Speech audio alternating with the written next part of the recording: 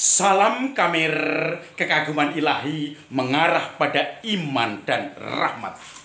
Saudara-saudari yang terkasih, kalau seorang samurai Jepang itu membawa pedang samurainya, maka dia sudah memilih jalan pedang. Dia tidak akan takut kepada siapapun. Dia bahkan kalau kalah akan bunuh diri yang namanya sepuku, karena dia merasa malu kalah dalam persaingan dan kemudian dia membunuh dirinya. Dia biasanya merobek, kalau sepuku itu ya, merobek perutnya di bagian jantung, kemudian dia memotong semua. Atau yang di awalnya dipancung dan kemudian memakai belati kecil merobek perutnya. Itu makanya samurai-samurai Jepang selalu membawa pedang samurai dan belati kecil di dalam pinggangnya. Jalan pedang itu jalan yang sudah dipilihnya.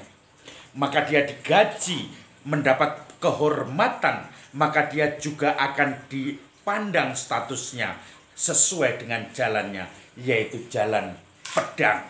Kalau dia bisa mengalahkan musuh-musuhnya, kalau bisa dia juga sakti dan juga menghancurkan samurai-samurai yang lain yang memakai jalan pedang juga, dia akan diambil oleh pimpinan orang yang besar, yang berkuasa seperti bupati kalau atau shogun atau siapapun, kemudian dia menjadi samurai.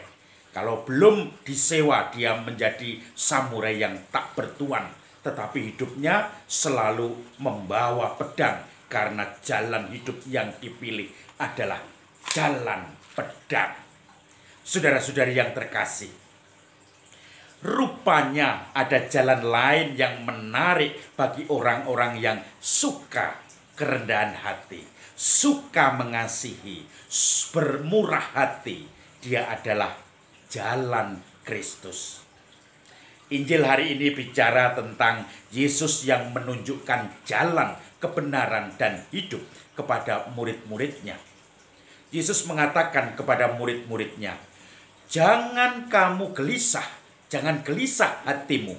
Percaya kepada Allah dan percaya juga kepadaku. Sebab di rumah Bapakku banyak tempat tinggal. Kalau tidak, tentu akan aku beritahukan kepadamu. Aku akan pergi kepada Bapa dan kemudian kembali untuk mengambil kamu masuk ke tempat itu. Supaya kamu dan aku adalah satu. Dan nanti aku akan datang kembali kepadamu untuk membawa ke tempat itu. Maka kalau aku pergi, kamu tahu jalan ke situ." Lalu Thomas mengatakan, "Tuhan, kami tidak tahu engkau akan pergi kemana. Jadi bagaimana mungkin kami tahu jalan ke situ?"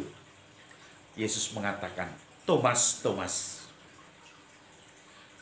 akulah jalan, kebenaran, dan hidup. Barang siapa mau kepada Bapa, dia harus melewati aku." Lalu para murid pun mulai memahami jalan kebenaran hidup adalah Kristus, Tuhan yang tersalibkan kemudian dibangkitkan. Saya teringat ketika saya tugas di Paroki Wonogiri Baturetno, saya mengunjungi umat yang paling tua, umat yang usianya waktu itu sudah 90-an, karena di sana saya tahun 2000-an dan umat itu sudah lahir tahun sekitar 1910-an.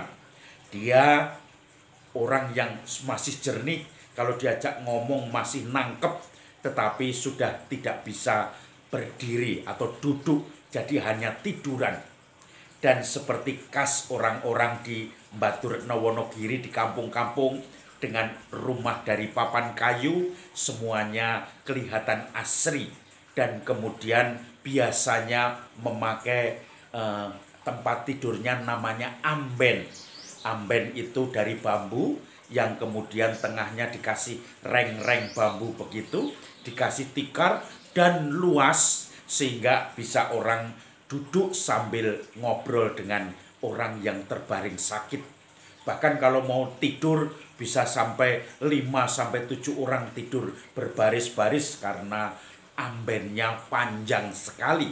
Dan kemudian orang bisa ngobrol saling jagongan. Jadi sekaligus tempat untuk menerima tamu di situ sambil ngobrol. Apalagi kalau tamunya sudah dekat dengan keluarga untuk menengok yang sakit. Dia ketika muda, dia cerita pengalamannya. Masih runtut ceritanya. Dia berguru dengan kesaktian kepada banyak guru. Guru-guru yang dia pelajari kemudian memberi dia menjadikan preman kampung. Maka dia menjadi orang yang disegani, orang sakti.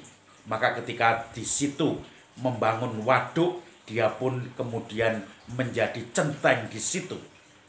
Lalu dia mulai melirik ke sana kemari dan pernah mempunyai istri 4 seperti itu. Lalu yang terakhir itu masih 2 yang hidup. Kemudian karena istrinya jauh lebih muda dari bapak tadi. Dulu dia centeng sehingga muda-muda itu diambili. Maka guru yang terakhir mengatakan, nanti kalau kamu bertemu dengan guru yang sejati, ikutilah dia. Ciri-cirinya dia kulitnya putih, dia berpakaian serba putih, dan di situ kamu akan menemukan guru yang sejati, hidup yang sejati. Itu guru yang terakhir mengatakan begitu. Lalu suatu saat preman kampung ini tanpa sengaja dia di pasar Batu Retno melihat seorang bule pakai jubah. Karena sebelum tahun 65 Romo-romo selalu kemanapun pakai jubah. Dia kejar Romo itu. Dia merasa ini guru sejati yang disampaikan oleh gurunya terakhir. Bahwa ini seorang guru tentang kehidupan yang sejati. Maka saya harus mengikutinya, menyerahkan diri kepadanya. Dan rupanya putih-putih itu benar karena jubahnya putih dan juga apalagi kulitnya putih karena orang Belanda. Maka dia dikejar, mengejar Romo itu dan kepingin menjadi muridnya. Nah, gayung bersambut, Romo itu akhirnya juga menyiapkan dengan ajaran-ajaran. Bapak itu mulai kecewa. Kok ajarannya seperti ini?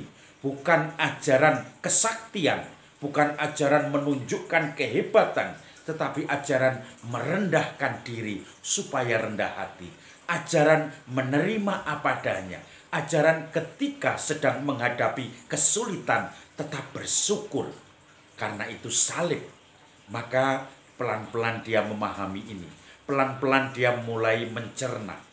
Memang kesaktian orang yang hebat bukan terletak pada pedangnya, pada tahan pukulnya, tetapi pada ketika direndahkan dan gagal, dia masih punya pengharapan. Dia tidak putus asa.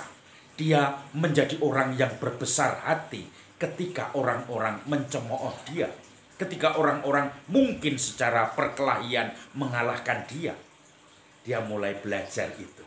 Mulai meninggalkan semua senjata-senjata jalan pedang sebelumnya. Dan dia mengambil jalan kebenaran dan hidup, yaitu Yesus sendiri. Di mana kerendahan hati, orang yang berbesar hati walaupun dipukul.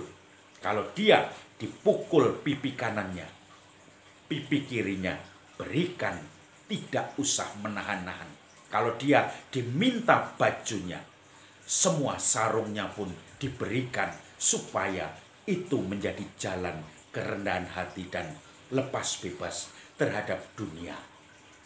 Saudara-saudari yang terkasih, jalan kebenaran dan hidup bukan jalan pedang, tetapi jalan kasih, jalan kerendahan hati, jalan bersyukur dengan apa yang diberikan Tuhan tanpa menuntut dengan segala cara korupsi, tanpa emosi dengan segala perendahan dari orang lain, pembulian dari orang lain, semua diterima dengan syukur dan lapang dada.